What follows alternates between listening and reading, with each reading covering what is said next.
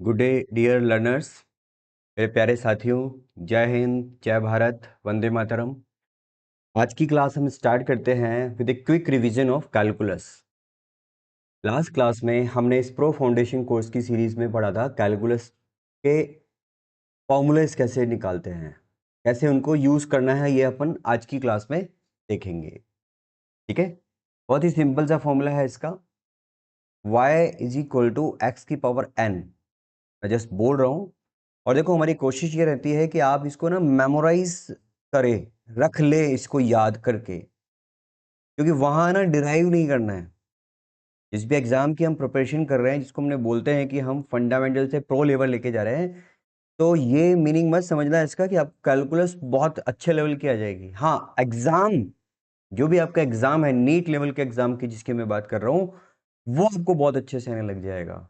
JEE mains भी इस course का पार्ट है, बट जेई मेंस की मैं बात इसलिए नहीं कर रहा क्योंकि जेई मेंस के स्टूडेंट तो कैलकुलस अपना एडवांस स्टडीज में, मैथमेटिक्स ऐसे सब्जेक्ट में पढ़ते ही हैं, वो तो उनका ऑप्शनल ही है, तो वो कोई इशू नहीं है। ठीक है, तो y is the function of x, यहां से हमने हमारी बातचीत शुरू करी थी कैलकुलस की कि y is the function of x। y x का फंक्शन है, और y x का फंक्शन का मतलब क्या हो गया कि y जो है वो x के साथ कंटिन्यूसली वेरी कर रहा है। और वेरिएशन की स्टडी को ही, कंटिन्यूस चेंज की स्टडी को ही बच्चों हम क्या बोलते हैं? कैलकुलस। कैलकुलस के दो पार्ट होते हैं, कैलकुलस के दो पार्ट होते हैं। एक को हम बोलते हैं डिफरेंशिएशन। डिफरेंशिएशन का मतलब होता है तोड़ना, छोटे छोटे पार्ट डिवाइड करना। और इंटीग्रेशन का क्या मतलब होता है? इंटीग्रेशन का मतलब होता है जो हमने तोड़ा है उसको जोड़ना। अब कुछ बच्चे बोलेंगे कि सर, जो तोड़ा उसको फिर जोड़ क्यों रहे हो, और अगर जोड़ना था फिर तोड़ क्यों रहे हो? इसको हम बोलते हैं स्टडी। स्टडी का मतलब होता है एनालिसिस और सिंथेसिस। मतलब हमने किसी चीज को पहले डिटेल में देखने के लिए छोटे छोटे पार्ट पे डिवाइड किया। जैसे आप अगर इस बोर्ड को देख रहे हो अभी इस समय, यहाँ पर स्क्वायर्स बने हुए हैं। स्क्वायर्स बने होने का बिल्कुल सिंपल सा काम आपने ग्राफ पेपर में देखा होगा। इसमें हमने एक पूरे व्हाइट पेज को छोटे छोटे पार्ट में डिवाइड कर दिया, है ना। मैथमेटिक्स की कॉपी बोलते थे इसको, आपको याद हो तो। 4 लाइन की कॉपी में इंग्लिश ABCD जिसमें लिखते थे, 1 लाइन की कॉपी चल रही है हिंदी, और इस तरह के स्क्वायर वाली कॉपी में हम मैथमेटिक्स की प्रैक्टिस करते थे। अब क्या है, जिनकी राइटिंग स्ट्रेट हो जाती है, स्मूथ हो जाती है, और बहुत सदी हुई सी सुंदर राइटिंग होती है, तो स्ट्रेट में लिख लेते हैं। बट चीजों को ग्राफिकली समझना एज ए साइंटिफिक माइंड थोड़ा इजी होता है। हम उसके अंदर पार्ट बना देते हैं। जैसे मैंने यहाँ लिखा डिफरेंशिएशन, ठीक है, तो मुझे पता चल गया कि ये यहाँ से लेके यहाँ तक के ब्लॉक में आ रहा है, तो मैंने क्या करा, इसको छोटे छोटे ब्लॉक्स में डिवाइड कर दिया। बट एज ए होल आप इसको देख किस फॉर्म में रहे हो? इंटीग्रेट। ये बहुत फंडामेंटल बात बताई है मैंने, ये लिखी हुई बात नहीं है कि आप इसको सोचो कि कहीं लिखा हुआ मिलेगा। बट हाँ, geometrical meaning of differentiation is the finding of slope और फाइंडिंग द टेंजेंट। किसी भी पॉइंट पे टेंजेंट लेना। टेंजेंट मतलब tan of that theta. That theta is the angle from positive x axis. ये वाला एंगल नहीं, ये भी एक एंगल है, ये एक्यूट एंगल है, ऑब्ट्यूज एंगल है। इस वाले पॉइंट पर अगर मुझे टेंजेंट ड्रॉ करना है तो मुझे ऐसा लेना है। सपोज मेरा कर्व कुछ इस तरह का है, ये, और अगर मुझे इस वाले पॉइंट पे टेंजेंट लेना है तो मैं ये टेंजेंट लूंगा जो कि ग्रेटर देन 90 आएगा। और ग्रेटर देन 90 और लेस देन 90 को अपन डिस्कस कर ही चुके थे। तो इंटीग्रेशन का ज्योमेट्रिकल मीनिंग क्या होता है? इंटीग्रेशन अभी अपन पढ़ेंगे प्रॉपर्ली। इंटीग्रेशन का ज्योमेट्रिकल मीनिंग होता है फाइंडिंग द एरिया, जिसको आपने तोड़ा है उसके जोड़ने का fundamental. Differentiation is the tan of theta. Slope, इसको यहाँ पे स्लोप बोल रहे हैं हम। और दूसरे वाले पोर्शन को क्या बोल रहे हैं बच्चों? दूसरे वाले पोर्शन को अपन बोल रहे हैं integration. We have to find the integration. हमको उसका हिंदी में बोलते हैं समाकलन करना है। क्या करना है हमको? समाकलन करना है, इंटीग्रेट करना है, चीजों को एक साथ जोड़ जोड़ के देखने की प्रैक्टिस करनी है। तो ये तो है क्विक रिवीजन। इसमें एक छोटी सी बात और मैं बता दूं आपको कि यहाँ हमने जो ये लिखा है कि y is the function of x में 2x³ एक एग्जाम्पल, इसके डिफरेंशिएशन को क्या किया? डिफरेंशिएट करना है विथ रेस्पेक्ट टू x। एक और इंपॉर्टेंट बात, जब भी आपको कोई बोले कि डिफरेंशिएट करना है तो आपको पास पहला क्वेश्चन आना चाहिए कि विथ रेस्पेक्ट टू व्हाट, किसके साथ उसको डिफरेंशिएट करें। ठीक है, अब बोलो कि यहाँ तो x के साथ फंक्शन है, डेफिनेटली, बट एक ऐसा फंक्शन भी है जो आप चाहो न चाहो चेंज होता ही है। अभी अगर आप अपनी वॉच में टाइम देखो तो वो नहीं है जो 5 मिनट पहले था जब हमने क्लास स्टार्ट करी। इसका मतलब एक ऐसा फैक्टर जो कंटिन्यूसली वेरी करता है, दैट इज टाइम। तो sometimes we have to find the differentiation with respect to some unknown, that is unknown is time. और फिजिक्स में तो ये बहुत ही इंपॉर्टेंट है। ठीक है, बहुत ही इंपॉर्टेंट आता है टाइम के रेस्पेक्ट में, मैं बताऊंगा अभी कैसे। तो 2x³ पावर आ गई आगे, x power 3 - 1, that is our 2 × 3। 2 constant को एज इट इज लिख दिया। आप बोलो कि आपने तो u.v बताया था, डेफिनेटली, पर अगर आप चाहो तो यहाँ पर x³ लिखोगे और 2 का डिफरेंशिएशन करोगे, 2 is a constant, that is 0। तो ऑब्वियसली आंसर कितना आएगा, 6x²। सिमिलर क्वेश्चन मैंने पूछा कि अगर फंक्शन इस तरह से दिया हुआ है, अब इसमें देखो x³ का डिफरेंशिएशन हो गया 3x²। ओके, 2x² का डिफरेंशिएशन में 2 बाहर एज इट इज 2x, ये जो 2 लिखा है ये आगे आया, x1। अब ये जो 1/x है, ये अगर आप नए नए हैं तो आप साइड में जाके 1/x को लिखेंगे क्या, x⁻⁻1। और अगर x⁻⁻1 है तो अगेन nx n-1 का फॉर्मूला लगा देंगे, तो -1 x -1 so it become -1/x²। dy/dx is 3x² - 4x - 1/x²। It is very much easy, not a problem. आपको सोचना ही नहीं है इसमें कि कोई ज़्यादा समस्या है। मैंने क्या बताया, कैलकुलस हमको इसीलिए डिफिकल्ट लगता है क्योंकि हमको उसका पॉइंट समझ में नहीं आता कि पढ़ क्यों रहे हैं। समझ में आई बात? बट ऐसा नहीं है, हमें कई ऐसी जगह होती है मेडिकल साइंस में भी। मेडिकल साइंस पर्टिकुलर का एग्जांपल दे रहा हूँ मैं, अगर आप ढूंढोगे मैं भी आपको इंट्रोड्यूस कर दूंगा कि किसी भी चीज का रेट पता करना है, एब्जॉर्प्शन का रेट पता करना है। सपोज कोई कैंसर की हायर स्टडीज कर रहा है, ठीक है, तो उसको एक एब्जॉर्प्शन रेट पता करना है, टिश्यूज कितने रेडिएशन पर यूनिट टाइम पर यूनिट एरिया एनर्जी या रेडिएशन एब्जॉर्ब कर रहा है, जो कि एक नॉर्मल से ज्यादा है या कम। तो we have to use the term calculus, we have to use the dy/dx। इतना पर यूनिट एरिया, इतना पर unit time, that amount of something is called calculus, और हम इसको यूज करते हैं मेडिकल साइंस में। इंजीनियरिंग में तो ऑब्वियस है ही, जो हम यहाँ पिक्सल्स वगैरह देखते हैं मोबाइल के, या कुछ भी आप मान लो, सैंपल रेट मान लो, जो हम बात कर रहे हैं पिच रेट, आपने फ्रीक्वेंसी सेट करी कि कितने फ्रेम पर सेकंड अपने मोबाइल को आपको देखना है। नया मोबाइल आया, वो किस फ्रेम पर आपको दिखा रहा है, फ्रेम पर यूनिट टाइम, ये सब कैलकुलस है। कैलकुलस को आप बहुत शॉर्ट में बोलोगे ना, मैं तो कह रहा हूँ उसको आपको अपने लाइफ लॉन्ग प्रैक्टिस बना लो। जिसको यूज करना है, जो मुश्किल लगता है, उसको हर आदमी को बताते रहो आप कि dy/dx, what is dy/dx, study of continuous change. जब तक आप कन्विंस नहीं होंगे ना, ध्यान रखना, कोई आपसे कन्विंस नहीं होगा। मैं वेरी मच कन्विंस हूँ कि कैलकुलस की रिक्वायरमेंट है engineering, as engineering student, teacher, और एज ए मेंटर जिन्होंने मेडिकल के बच्चों को भी गाइड किया है मेडिकल एंट्रेंस के लिए। तो हायर स्टडीज में पढ़ने वाले बच्चे बताते हैं कि भैया मेडिकल में भी कैलकुलस यूज होता है। एसएच फॉर्मूले नहीं यूज हो रहे, उनका बिल्कुल भी इश्यू नहीं है, वो तो है ही नहीं, बिल्कुल भी ध्यान रखना, उसको मत दिमाग पे चढ़ने देना कि आपको कोई बहुत ज्यादा कैलकुलेशन करनी है लाइफ लॉन्ग। इसके कॉन्सेप्ट को सीखना है। कैलकुलस के फॉर्मूलों की प्रैक्टिस हम जस्ट इसको यूज टू होने के लिए कर रहे हैं। मैंने कहा ना, नया आपके घर में कोई गेस्ट आएगा तो उससे आप कैसे बातचीत बढ़ाओगे आगे, आप उससे बात करोगे, उसको गिफ्ट दोगे, उससे कुछ साथ साथ कुछ मैच देख लिया आपने, एक आध घंटा गुजार लिया, मतलब कुछ ना कुछ उसके साथ टाइम आपको स्पेंड करना पड़ेगा। ठीक है, फिजिक्स में दो ही चीजों का फंक्शन होता है हर जगह, position and time. Once upon a time there was, तो once upon a time there was, time और पोजीशन। हर स्टोरी में, हर इवेंट में आपको ये दो चीजें इंक्लूड करनी पड़ेगी। यही थोड़ा डिस्कशन आगे जाकर रिलेटिविटी की थ्योरी में भी चला जाता है। ओके, तो अब अपन वापस से अपने सब्जेक्ट पे आते हैं, बहुत सारी इसमें फिलोसफी है। एप्लीकेशन जैसे हमने कल मैथमेटिक्स में सीखा, मोशन में सीखा, स्टडी में कि v equal to d r by d t, velocity is the rate of change in displacement, rate of change in displacement. तो वेलोसिटी क्या है, d r by d t, position is given 2t² minus 3t² minus 2t+1।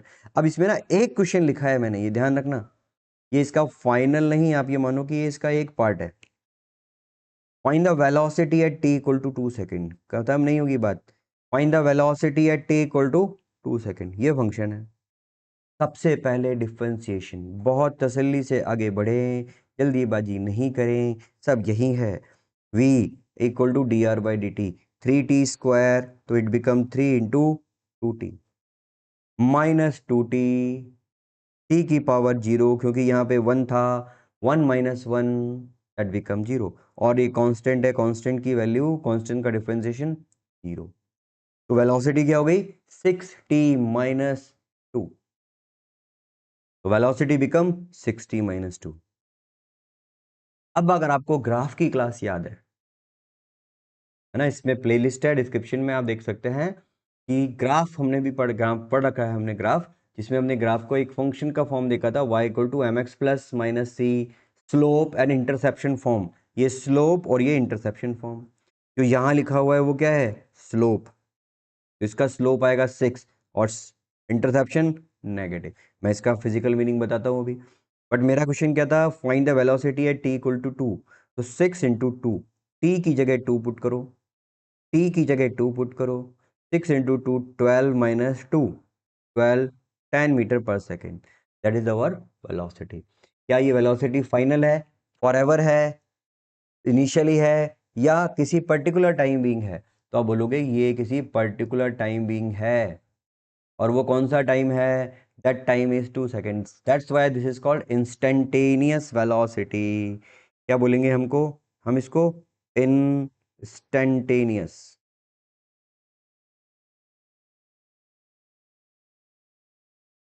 इस velocity और speed में confuse मत होना, अगर मैंने किसी भी डायरेक्शन को इंडिकेट करते हुए इंस्टेंटेनियस वेलोसिटी बता दी, तो that also become instantaneous speed.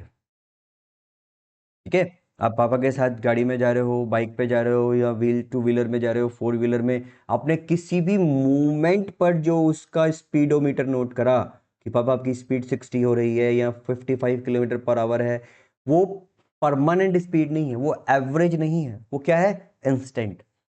अगले ही पल हो सकता है स्पीड बढ़ा दे, स्पीड कम कर दे।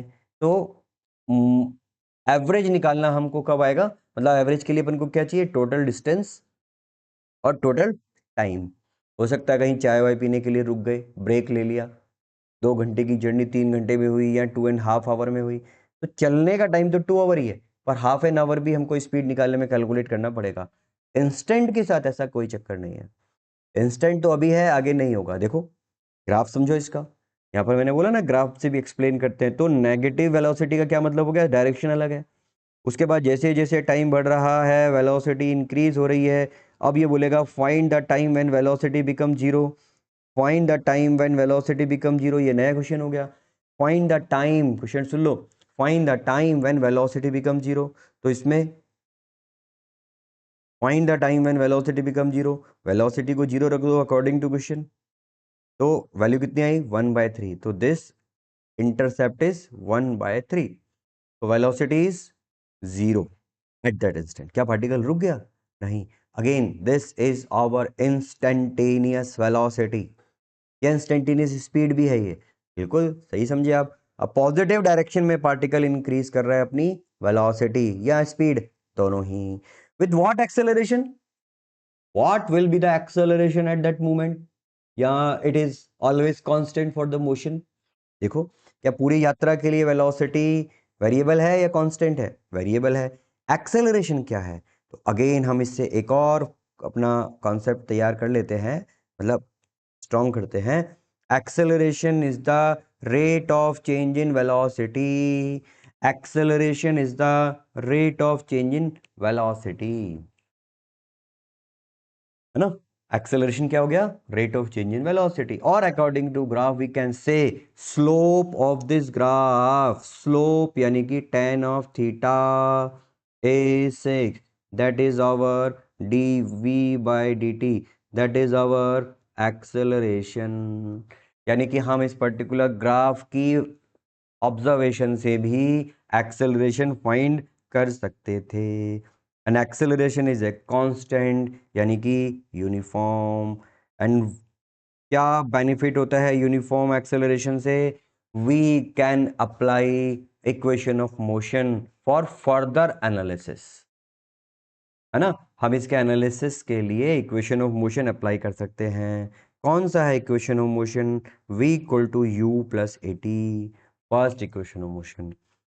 S is equal to u t plus half a t square, और v square is equal to u square plus 2as। क्या क्या क्या मीनिंग समझ में आया आपको इससे बच्चों? जरा बताएं, इससे क्या मजेदार बात समझ में आई आपको इसमें से? बताऊं?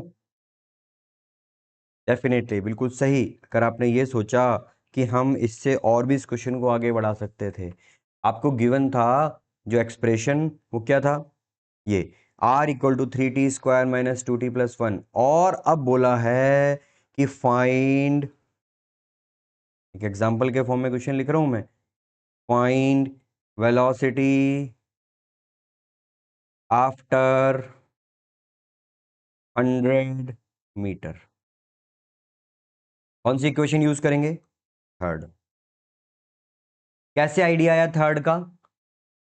मेरे पास एक्सेलरेशन है और मुझे ये पता है कि एक्सेलरेशन यूनिफॉर्म है, यानी मैं क्या अप्लाई कर सकता हूँ? Equation of motion. तो डिस्प्लेसमेंट भी गिवन है, एक्सेलरेशन भी गिवन है, इनिशियल वेलोसिटी भी पता है, तो सारा सामान है मेरे पास। u, इनिशियल वेलोसिटी क्या है? इनिशियल वेलोसिटी -2, तो -2 यानी कि 4 प्लस 2 a 6 और s कितना बोला? 100। तो सॉल्व करेंगे, रूट में आएगा, कोई प्रॉब्लम नहीं है। बट हमें ये पता चल गया कि v square equal to u square plus 2a, ऐसे वी कैन फाइंड। थोड़ा बड़ा लग रहा है तो आप इसको ऐसा करो, 10 मीटर ले लो, थोड़ा नियर अबाउट आ जाएगा। 120, 124 मीटर पर सेकंड। कब? 10 मीटर पर। क्या ये परमानेंट वेलोसिटी है? इस बात को हमेशा अपने से पूछते रहो, क्या ये परमानेंट है वेलोसिटी? नहीं। ये कौन सी वेलोसिटी है? इंस्टेंटेनियस। बट यहाँ तो टाइम आया ही नहीं है, ऑब्वियसली टाइम के साथ डिस्प्लेसमेंट भी तो चेंज हो रहा है, पोजीशन उसकी, तो हमने इसको ऐसा लिख दिया है। ठीक है, तो आई थिंक आपको ये वाली बात पता चली। अब हम वापस से एक बार इसको बोलें कि कैलकुलस में भाई हम पढ़ क्या रहे हैं? कैलकुलस में हम पढ़ रहे हैं डिफरेंशिएशन। डिफरेंशिएशन के हमारे लिए बहुत छोटा सा एप्लीकेशन है, v equal to d r by d t and a equal to d v by d t. Although मैं यहाँ पे रुक सकता हूँ, बट मैं आपको इसमें एक और बात बता दूँ छोटी सी, कि force is also defined as dp by dt, यानी कि rate of change in momentum. Momentum को अगर हमने चेंज कर लिया, मोमेंटम को अगर हमने चेंज करा और उसका रेट पता करा, रेट पता करने का मतलब भाव पता करना नहीं है हिंदी में, रेट पता करने का मतलब है कि किस रेट से मोमेंटम शिफ्ट हो रहा है, चेंज हो रहा है, तो हमें क्या मिल जाएगा? फोर्स। एक कौन सा लॉ है? यह है न्यूटन्स लॉ ऑफ मोशन। कौन सा वाला? सेकंड वाला। ये कौन सा वाला? फर्स्ट वाला, सेकंड वाला, थर्ड वाला, ये अलग अलग है क्या?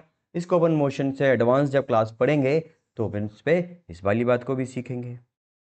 ठीक है, तो अब हम थोड़े और एप्लीकेशन देखते हैं, मतलब किसके? डिफरेंशिएशन के, कि हम क्या फाइन कर सकते हैं और हम इसमें क्या क्या चीजें देख सकते हैं। डिफरेंशिएशन का बहुत प्यारा सा यूज होता है बच्चों, जैसे हमने यहाँ पर एक कर्व बनाया,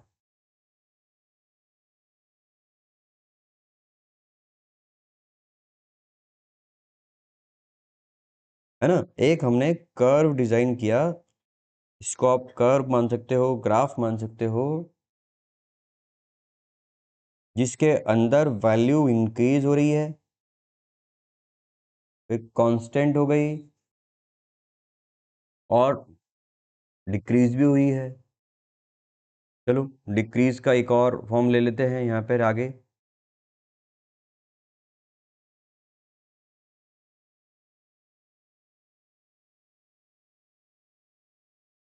ऐसा इस तरह का कर्व है, ठीक है, कोई फंक्शन रहा होगा। अब इसमें मैं कैलकुलस को कैसे यूज करूंगा और कैलकुलस के यूज से क्या मैं इस ग्राफ की या इस फंक्शन की मैक्सिमम और मिनिमम वैल्यू को बता सकता हूं। डेफिनेटली। चलो पहले कॉमन सेंस लगा के देखते हैं। इस ग्राफ की मैक्सिमम वैल्यू क्या है? इस वन।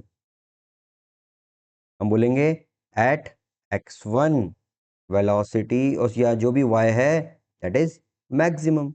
बोले ये तो कोई भी बता देगा। डेफिनेटली कोई भी बताने वाली स्टडी चाहिए हमको। ऐसा नहीं कि हम कोई बहुत ज़्यादा खतरनाक काम कर रहे हैं जो को बहुत कम लोग बताएंगे। जो यहाँ पर क्लास को अटेंड कर रहे हैं वो तो बताएगा ही बताएगा, जिसने स्कूल में पढ़ा है, जिसने अपने बुक से पढ़ा हुआ है। इस वाली पोजीशन को देखो, इसको हमने लिखा x2 और x2 पर ये तो है ना वो भी बता देगा जिसने पढ़ा नहीं है। वाई? बिकॉज ये तो पिक्टोरियल रिप्रेजेंटेशन है।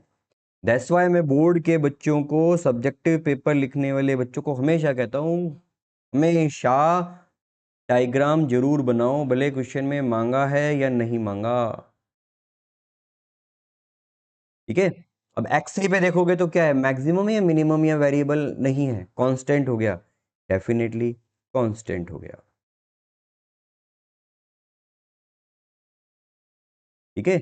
इस पर्टिकुलर y3 की बात अपन नहीं करते क्योंकि ये तो यहाँ पर वैल्यू कांस्टेंट हो गई। कांस्टेंट का डिफरेंशिएशन 0 होता है। ठीक है। अब जो मैं बात बोलने जा रहा हूँ ना वो बहुत गौर से समझने की है। थोड़ा सा अलर्ट हो जाए, वीडियो पॉज करके आप अपना स्क्रीन काम भी करके आ सकते हैं। बट जैसे यहाँ आए तो आपका 100% नहीं, 200% अटेंशन रिक्वायर्ड है। आप इसमें एक सेकंड के लिए भी चेंज नहीं कर सकते अपने अटेंशन स्पैन को, कुछ भी बहाना बना के। तो देखो इस पर्टिकुलर पॉइंट पे पी पे हमारी वैल्यू मैक्सिमम है, ये हमें पता चल रहा है।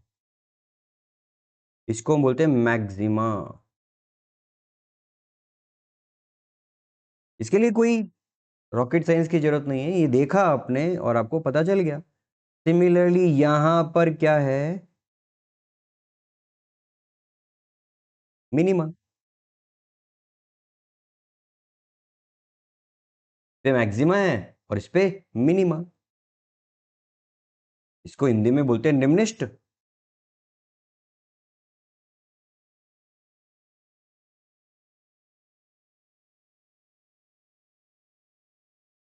और इसको बोलते हैं उच्चिष्ट। थोड़ी हिंदी में क्या गलत सी राइटिंग हो जाती है ना, इसलिए मैं नहीं लिख रहा हूँ इसको। बट आई होप कि आपको बात समझ में आ गई। इंग्लिश में बोलते हैं मैक्सिमा को उच्चिष्ट, अधिकतम मान, है ना।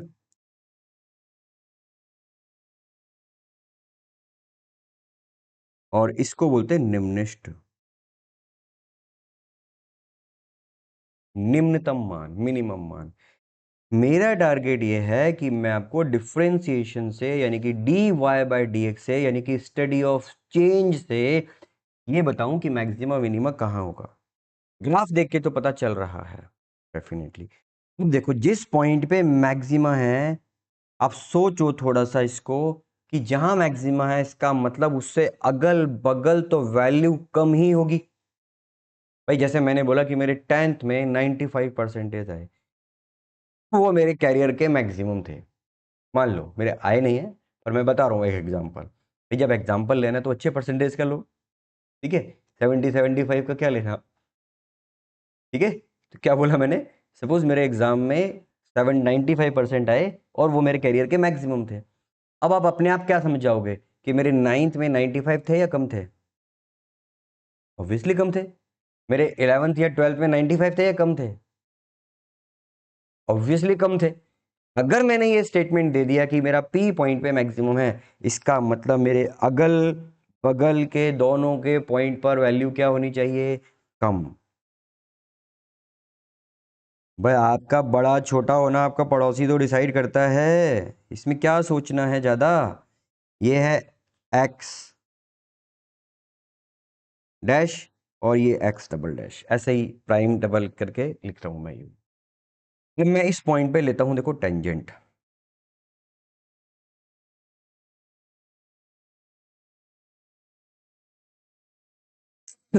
बताओ ये जो टेंजेंट है T1, ये पॉजिटिव स्लोप है या नेगेटिव है? As a 90 positive.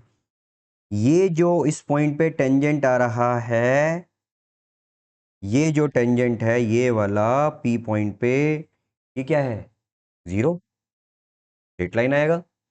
ये जो इस वाले पॉइंट पे टेंजेंट आ रहा है एक्स प्राइम पर, यानी कि T3, थर्ड टेंजेंट, वो कैसा है?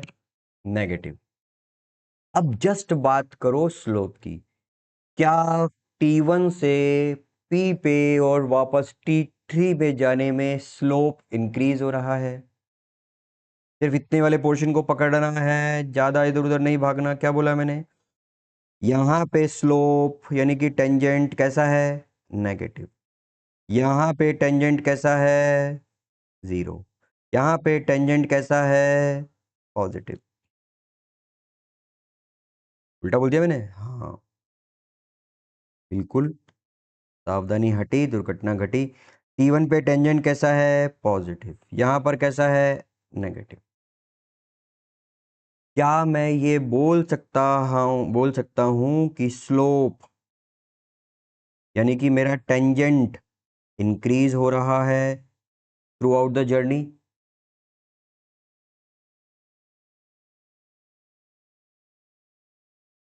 हाँ, यहां से लेके यहां तक के केस में थोड़ा ध्यान देना है, मैंने कहा था ना। यहां से लेके यहां तक के केस में स्लोप बढ़ रहा है या कम हो रहा है? पहले पॉजिटिव था, फिर जीरो हुआ, फिर नेगेटिव हो गया। पहले कोई ज्यादा इतना बड़ा नंबर था, फिर इतना हुआ और फिर इतना हो गया, ऑब्वियसली कम हो रहा है ना। तो स्लोप यहाँ पर क्या हो रहा है बच्चों? कम हो रहा है। इस बात को बहुत अच्छे से समझना कि गलत नहीं लिख लेना है। कहीं अगर आपको लगे भी तो फटाफट से अपने इस पेन को वापस लेके आ जाओ। तो d y by d x का change with respect to y कैसा है? नेगेटिव। दोबारा से बोल रहा हूं, change, d y by d x the change, और उसका चेंज, चेंज का चेंज, इसको हम बोलते हैं डबल डिफरेंशिएशन, और इसको ऐसे लिखते हैं D2y upon D x square. जैसा मैंने बोला ना वही आपको बोलना है। क्या? डबल डिफरेंशिएशन यानी कि D2y upon D x square. अब बिना ग्राफ को फोटो देखे, पिक्चर देखे, अगर हमको फंक्शन गिवन है तो हम इस कॉन्सेप्ट से बता पाएंगे कि x1 पे मैक्सिमा है या मिनिमा। पहली बात तो मैक्सिमा या मिनिमा होने का चेक क्या करेंगे? हम सबसे पहले इस पॉइंट पे dy बाई डी एक्स देखेंगे, यहाँ पे जीरो होना चाहिए, यानी कि चेंज बंद। इसके लेफ्ट और इसके राइट साइड को चेक करना है। लेफ्ट और राइट में अगर वैल्यू पहले पॉजिटिव थी, यानी कि बड़ा नंबर था और अब छोटा हो गया, अब जीरो है, तो ऑब्वियसली बड़ा छोटा हमको पॉजिटिव नेगेटिव से पता चलेगा। T1 जो ग्राफ में साफ दिख रहा है, T1 का स्लोप, इस फर्स्ट टेंजेंट का स्लोप पॉजिटिव है। ई पॉइंट पे जो टेंजेंट है जिसको मैंने T2 से डिनोट करा है वो जीरो है। कोई नंबर पहले पॉजिटिव था, फिर वो नंबर जीरो हो गया और फिर वो नेगेटिव हो गया, इसका मतलब वो डिक्रीज हो रहा है। तो मिनिमा के लिए, मैक्सिमा के लिए कंडीशन क्या हो गई? मैक्सिमा की कंडीशन हो गई double differentiation should be negative. इस वाले पार्ट को होल्ड करो। कोई कंक्लूजन मत बनाना कि समझ में आया या नहीं समझ में आया, वीडियो पीछे ले जाने की जरूरत नहीं है, एक और चांस है। यहाँ आइए इस वाले पॉइंट पे। अब इस ग्राफ के अकॉर्डिंग ये वैल्यू डायरेक्ट क्या दिख रही है आपको? मिनिमम। मैंने बोला, मैं फिर से अपना एग्जांपल ले रहा हूं, मेरे 6 क्लास में 70% मार्क्स थे और वो मेरे कैरियर के मिनिमम है। का मतलब मेरे 6 क्लास में 70 थे या 70 से ज्यादा थे? ज्यादा। मेरे 8th में, सॉरी 7th में ज्यादा थे या कम थे 70 से? अगर मैंने 70 को मिनिमम बोला है तो ज्यादा। अब आप इस वाली वैल्यू के आसपास देखो, यहां देखो और यहां देखो, अगल बगल में देखना होता है। जहां पर आपने बोला मिनिमम है, अब इस वाले पॉइंट को देखो, ये वाला पॉइंट भी इससे ऊपर है और ये वाला पॉइंट भी इससे ऊपर है, इसका मतलब ये क्या है? Bottom most point.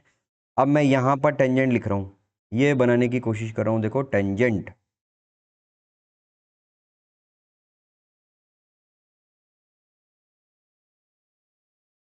T4 लिखा मैंने। कैसा है टेंजेंट? T4 कैसा टेंजेंट है? ग्रेटर देन 90, यानी कि नेगेटिव। फिर इस वाले पॉइंट पर आ जाओ, T5। T5 कैसा टेंजेंट है? 0। पहले कोई वैल्यू नेगेटिव है, फिर वैल्यू 0 हो गई, तो यहीं से क्या पता चला आपको? बढ़ रही है। अब इस वाले पॉइंट पे देखो, ये है T6, तो T6 कैसा मिला? Greater than 0। इसका मतलब यहां पर स्लोप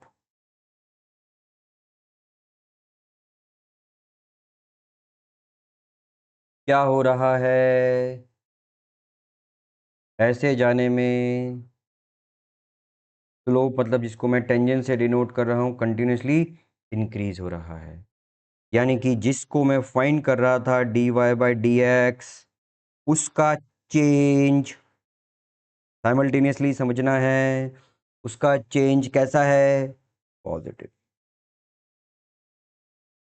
तो इसी को हम बोलते हैं चेक। d2y/dx² is positive.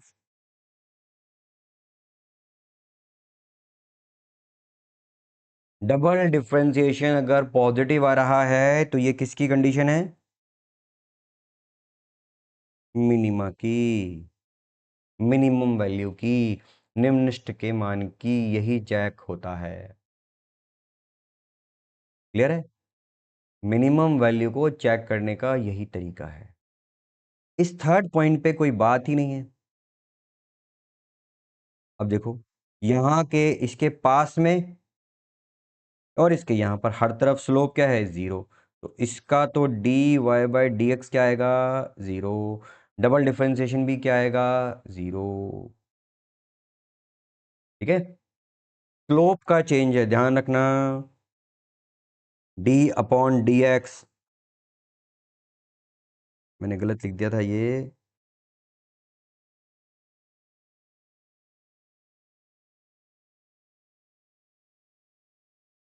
नहीं नहीं,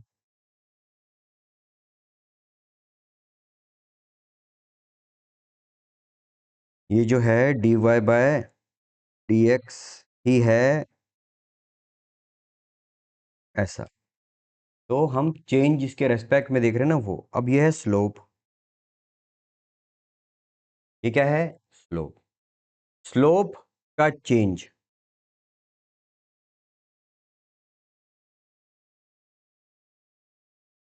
ये है स्लोप का चेंज। तो अब हम इसका एक एग्जांपल देखते हैं।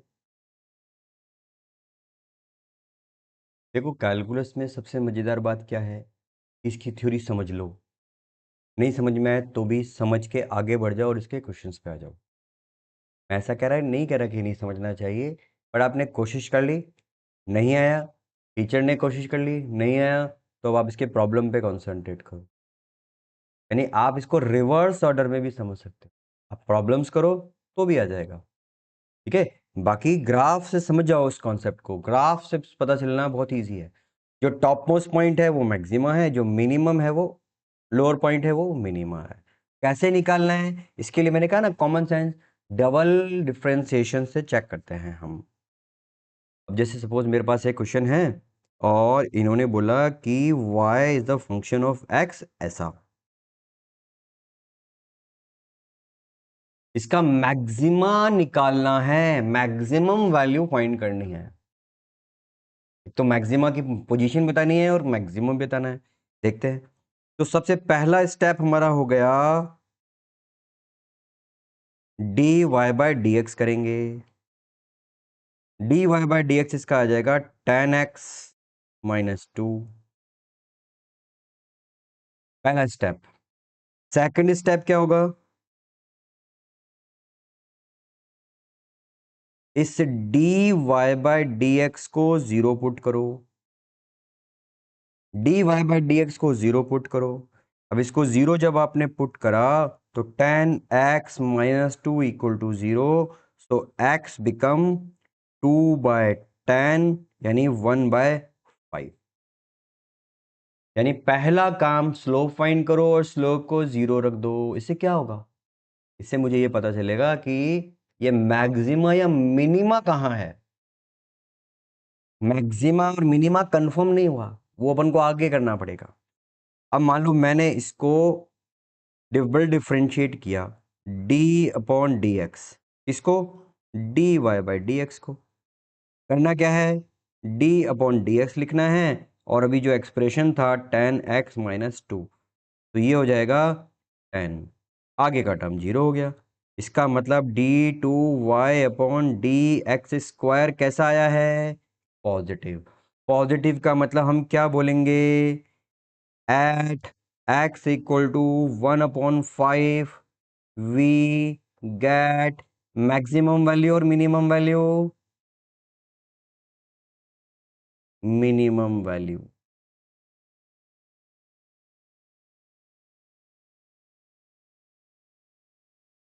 ये कैसे आया, अभी तो बताया। डबल डिफरेंशिएशन अगर पॉजिटिव आ जाए तो इसका मतलब वो मिनिमा की कंडीशन है। अब क्वेश्चन ये रह गया कि what is that maximum value.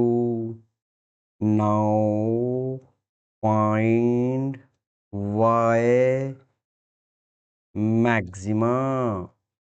तो y is equal to, we know 5x² -2x + 1।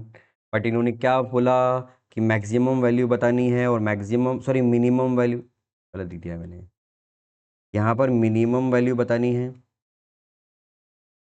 कितना हो जाएगा, 1/5 का स्क्वायर -2, 1/5 + 1। तो अब सॉल्व कर दो, जितना भी आप मैथमेटिक्स में स्मार्ट तो हैं ही। 1/25 -2/5 + 5/5 करके करना इजी होगा। तो ये हो जाएगा 4/5। तो ये है y की मिनिमम वैल्यू, आंसर। ठीक है। अब कई क्या होते हैं, छोटे जो बच्चे होते हैं ना, मतलब धीरे धीरे बड़े हो रहे होते हैं, उनको लगता है कि मिनिमम आ गया तो मैक्सिमम भी आएगा। ऐसा जरूरी नहीं है, ये फंक्शन पे डिपेंड करता है। हो सकता है फंक्शन को मिनिमम आकर ही खत्म हो जाए। मतलब किसी का ग्राफ अगर ऐसा है, सपोज y और x में, मान लो, क्या मतलब है इस बात का, हाँ? तो यही मतलब है ना कि ये यहाँ पर मिनिमम आ गया और अब मैक्सिमम कहीं है ही नहीं। इसका ग्राफ नहीं है ये, मैं इसके ग्राफ को नहीं प्लॉट कर रहा। कर सकते हैं वैसे चाहे तो, ऐसे करके कुछ आएगा। ठीक है, बट मेन बात ये है कि मिनिमम ही है, मैक्सिमम नहीं है। एक और एग्जांपल देखते हैं, एक से तो क्या ही होता है। फंक्शन है y equal to 4x - x²। मैं नहीं बता रहा कि इसका मैक्सिमम बताना है या मिनिमम बताना है, बस आपको इसका एनालिसिस करना है। तो वीडियो को रोको और आराम से इसको पूरा करके देखो। देखो, step 1, dy by d x, ये हो जाएगा 4 माइनस 2x। फटाफट रिकॉल करो, स्टेप 2 क्या था? स्टेप 2 था dy by d x equal to 0, और इसको 0 के इक्वल करा, 4 minus 2x equal to 0, so we get x equal to 2। अब बताइए कि ये मैक्सिमा या मिनिमा? नहीं पता, क्योंकि मैंने क्वेश्चन में बताया भी नहीं। कैसे पता चलेगा? थर्ड स्टेप से। मेरे को इसको करना है डबल डिफरेंशिएशन। डबल डिफरेंशिएशन कुछ भी नहीं होता, जो इससे पहले वाली स्टेप में फंक्शन आया है ना, उसको फिर से डिफरेंशिएट कर देना है। तो ये क्या आएगा? -2। -2 का मतलब ये वैल्यू है लेस देन 0। फटाफट से एक बार पीछे जाके चेक करो कि डबल डिफरेंशिएशन अगर लेस देन आता है तो हम क्या कंक्लूजन निकाल सकते हैं? तो एट x इक्वल टू 2, ध्यान रखना, x equal to 2, y is maximum. But कितना, वो नहीं बताया अभी तक। उसके लिए फिर फंक्शन में वैल्यू पुट करनी पड़ती है ना। ये तो सिर्फ ये बताता है कहाँ मैक्सिमा या मिनिमा का जो एनालिसिस है वो सिर्फ ये बताता है कि कहाँ। तो y मैक्सिमम कहाँ होगा? 4 2 -2 का स्क्वायर, यानी मैंने क्या रखा? x इक्वल टू, इसको सॉल्व करोगे तो क्या आएगा? 4। तो ये y का मैक्सिमम वैल्यू मिला है। क्या मिल गया? ये मैक्सिमम वैल्यू। और मैक्सिमम वैल्यू का ये मतलब नहीं है, फिर से वही बात, कि कहीं पर मिनिमम भी होगा। मैक्सिमा और मिनिमा दोनों साथ में भी हो सकते हैं, वो तो हमने सीखने के लिए बनाया था। बट या तो आपको मैक्सिमा मिलेगा या आपको मिनिमा मिलेगा। इस वाली वैल्यू का, इस एक्सप्रेशन का ग्राफ अगर देखेंगे ना, इसका ग्राफ मैं इसलिए भी बताता हूं इस पर्टिकुलर फंक्शन का, कि ये आपको प्रोजेक्टाइल में देखने को मिलेगा आगे की क्लासेस में।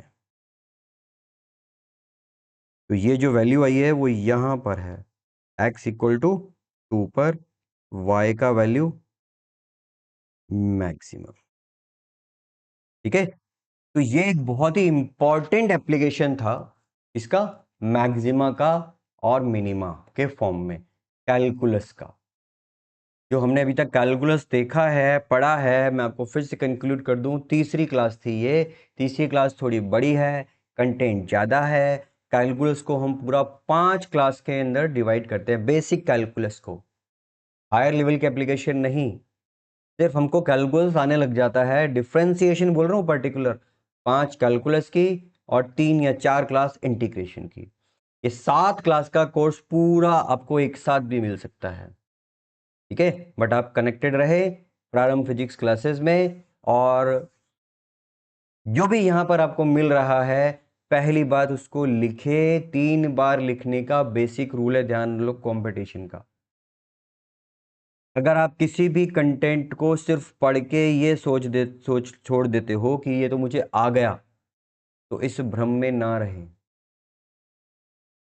अपने आप को बिल्कुल आपको तैयार करना है ऐसी लड़ाई के लिए, ऐसे कंपटीशन के लिए जो उन बच्चों से भी हो रही है जो 6 से भी पढ़ रहे हैं और जिन्होंने 12th के बाद ड्रॉप भी लिया है। हो सकता है आप भी ड्रॉप ले रहे हैं, तो आपको भी अपनी प्रिपरेशन को उन्हीं के लेवल के लेके आना है जिनको, जो 6 क्लास से प्रिपरेशन कर रहे हैं। ठीक है, आप जानते हैं आजकल कई इंस्टीट्यूट 6 से बच्चों को इसी टाइप की तैयारी कराते हैं। बट हम वहाँ पर एक कनेक्शन बनाने की कोशिश कर रहे हैं प्रो फाउंडेशन के नाम पे, जिसमें मैं कैलकुलस को बहुत छोटे छोटे पार्ट में, अब आपको जब कभी लगे ना कैलकुलस, तो आपको बस यही सारी क्लासेस देख लेनी है। ठीक है, तो आज हमने जो पढ़ा था वो था मैक्सिमा मिनिमा और इसका एप्लीकेशन। आगे की क्लास में हम और भी इसको कंटिन्यू करेंगे, एक क्लास और लेंगे डिफरेंशिएशन के ऊपर। डेफिनेटली उसकी रिक्वायरमेंट है, और फिर हम आगे बढ़ेंगे कैलकुलस में। ठीक है, हैप्पी मोशन, चलते रहो, जीवन चलने का नाम है। हमारे शास्त्रों में लिखा है चरेवेति चरेवेति, और चरेवेति चरेवेति का सिंपल सा इतना मीनिंग है कि जो भी कंडीशन आ रही है उन पे रुकना नहीं। समझ में आ गया तो बढ़ते जाना है, नहीं समझ में आ गया तो प्रैक्टिस करते हुए बढ़ते जाना है। हर कंडीशन में चलते रहो चलते रहो चलते रहो। ओके, जय हिंद, जय भारत।